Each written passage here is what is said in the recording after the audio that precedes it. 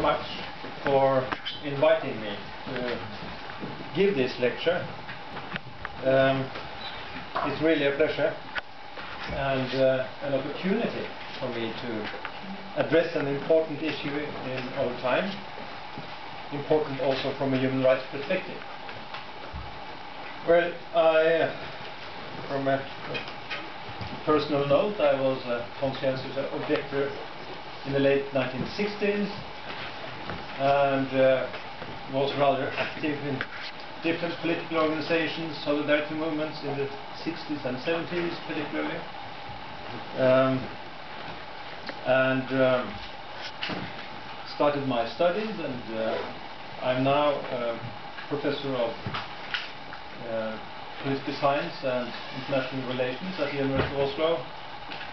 Now I'm a professor at the Faculty of Law and director of the Center for Human Rights, which is organized at the university with around 60 staff members.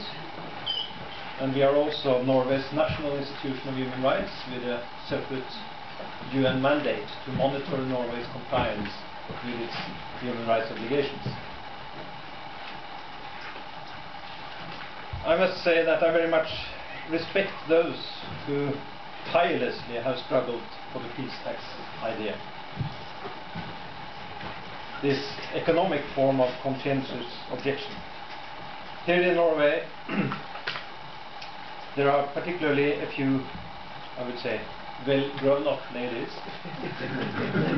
who deserve our deep admiration for their persisting activism and steadfastness in the service of the campaign. And I think this is exactly what this cause need in these times, which we have heard in the country reports. It's not so easy to get the necessary support, both among the general public and among politicians. Well, for a start, let me just say the following. I think it's a perfectly reasonable and sound idea to establish a legal framework and an institutional mechanism that allow taxpayers to channel that part of their tax money, which would otherwise go to military purposes, and to fund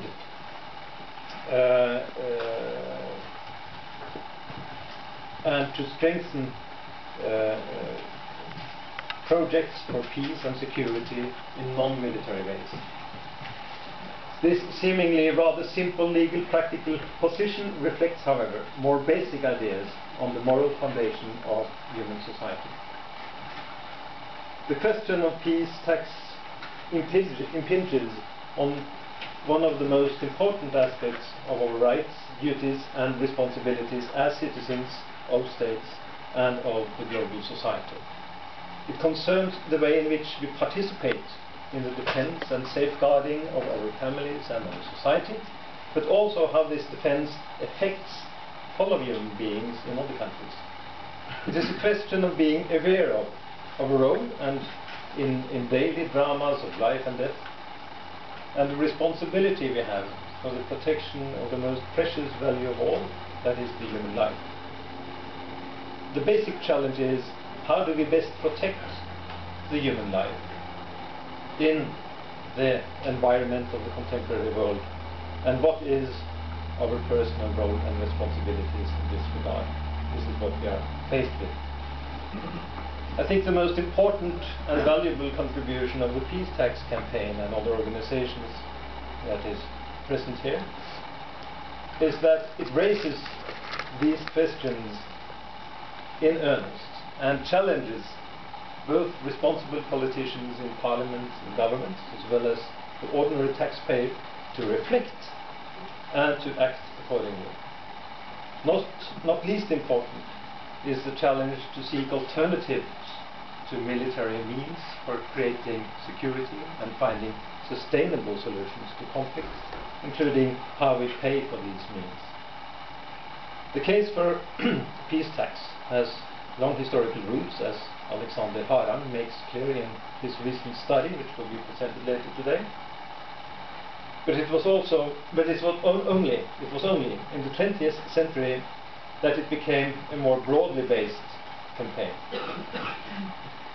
The struggle of the 1960s and 70s against such things as nuclear weapons and the Vietnam War created a new political generation. And this new generation created awareness among a number of issues that greatly influenced people's attitude to military means and war as the ultimate way of securing our future. It is puzzling that, however, this movement has not really taken off in the sense that we have achieved a real change of policies. Well, furthermore, the relevance of the peace tax campaign was not reduced, even though its support had not grown sufficiently, but its relevance has not been reduced, for instance, with the end of the Cold War. On the contrary, what we have experienced over the last 20 years is not an era of peace, as many had hoped for, but the eruption of both large conventional wars, as the American-led wars in the Middle East, devastating civil wars, as those on the Balkans, Rwanda, Congo, and asymmetrical wars, as the continuing wars in Afghanistan, Iraq, and Israel-Palestine. The willingness of state leaders and other conflict entrepreneurs to use their most advanced killing machines has not been reduced, unfortunately, in spite of the millions of lives that has been lost or destroyed on the way since the end of the Cold War. The NATO doctrine of out-of-area engagement since 2001 has contributed to this development. Under the leadership of the United States, the NATO alliance today commands an unprecedented military strength, which is not balanced by any other force. It is tempting, therefore, for the NATO leaders to make use of their relatively military global hegemony in defending their interests as they see it and impose a favorable world order. This has brought us the Afghan war, which is not only an immense tragedy for the Afghan people, but compels every NATO taxpayer into complicity in this senseless war. Only last year, more than 100 Afghan children were killed by NATO forces. Nobody has been held responsible. What does this do to us and our society? Do we still want to pay for this war? Do we want to send our soldiers to risk and sometimes lose their life for a cause that nobody can really explain? My task this morning is to discuss if the human rights perspective has something to offer in order to strengthen the peace tax agenda. The short answer is yes. Of course it has something to offer, particularly as long as we do not limit the human rights perspective only to its legal sphere. Until now, refusal to pay tax for military purposes has not been recognized in any country as a legally binding right on the authorities, in spite of the proposals for new legislation to that effect, which has been presented in many countries, including Norway.